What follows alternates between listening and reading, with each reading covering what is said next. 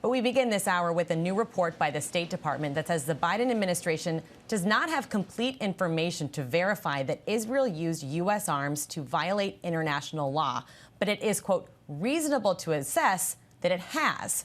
The report also notes that Israel did not cooperate with U.S. efforts to ramp up humanitarian aid and distribution in Gaza during the initial months of the conflict. This is as ceasefire negotiations are now at a standstill, with Hamas saying things are back to square one. Israel insists it will move forward with a military operation in the southern city of Rafah. Prime Minister Benjamin Netanyahu is reacting to President Biden's warning of withholding weapons, saying, quote, if we have to stand alone, we will stand alone, and we will fight with their fingernails if we need to eliminate Hamas. Video now shows heavy fighting surrounding Rafah as aid crossings remain closed. The United Nations warns that the Israeli offensive will cripple aid and operations and cause a disastrous surge in civilian deaths. The UN says that more than 100,000 civilians fled Rafah this week alone, with some traveling north despite intense fighting there, too. Let's bring in our ABC News senior White House correspondent, Selena Wang, and ABC News senior national policy reporter, Ann Flaherty from the Pentagon. And I wonder if you can just break down this news out of this report that was just released.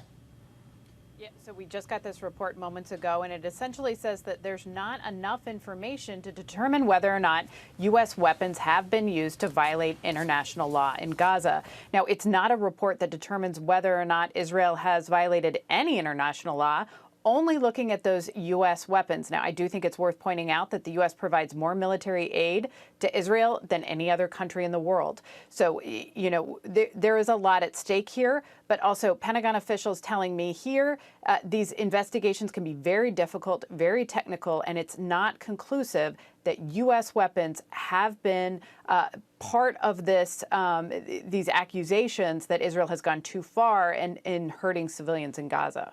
Elizabeth. Well, and given that it doesn't kind of draw that, it stops short of going that far. Selena, what have we heard, if anything, from the White House and the findings of this report so far? Well, Elizabeth, we know that the president has been briefed on this, but they haven't commented on it since it just dropped a few minutes ago.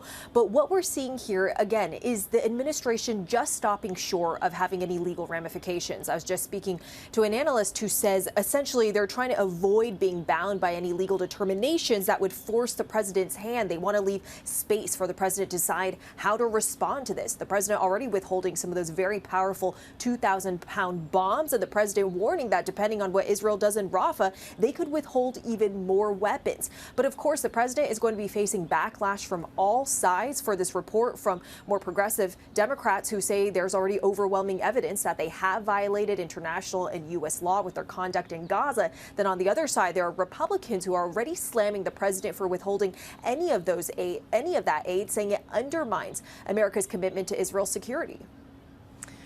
And give us a little bit of context on why this report is out now. What is the timing of this? We saw this deepening rift this week between President Biden and Israeli Prime Minister Netanyahu, and this pressure from the U.S. for Israel to kind of back off that invasion of Rafah. Why is this coming out now? Is there any correlation, and what's the background for this coming out?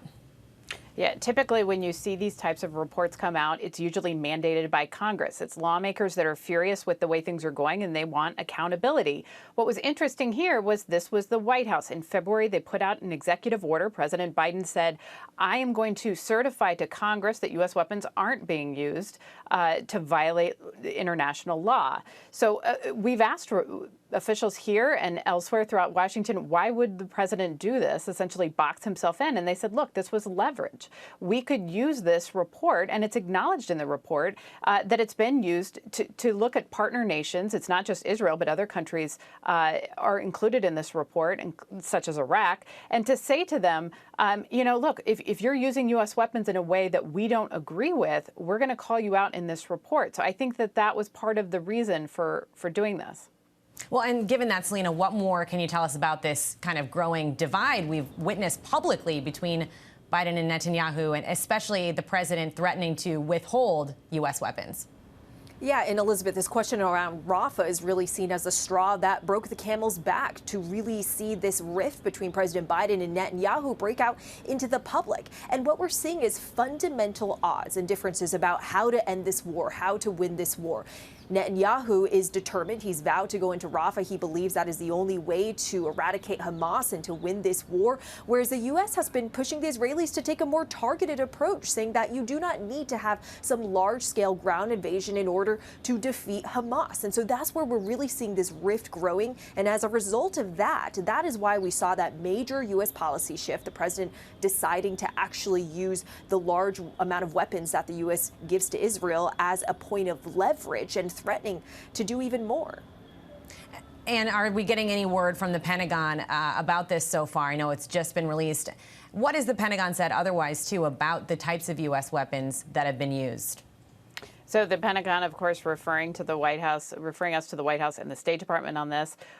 They say that they are not part of this, these tactical investigations necessarily. The report itself even acknowledges they have to rely heavily on Israel for this information that they're using to make these determinations. I think that's worth noting. But Israel, they receive more aid, as I mentioned, than any other country in the world. I mean, there's a $38 billion 10-year deal that we have with the Israelis. And that can include 2,000-pound bombs. We just got word this week that the White House held paused delivery on some of those bombs, but we know that they have received plenty of ammunition by the U.S. in recent years to continue their operations in Rafah. So that remains a big concern for the White House. They say they're still looking at this, and this report is not the final word. Not the final word, and as the report makes clear that we have just been released by the State Department, does not have complete information yet, something I know that you'll both stay on. Selena and Ann, thank you both so much.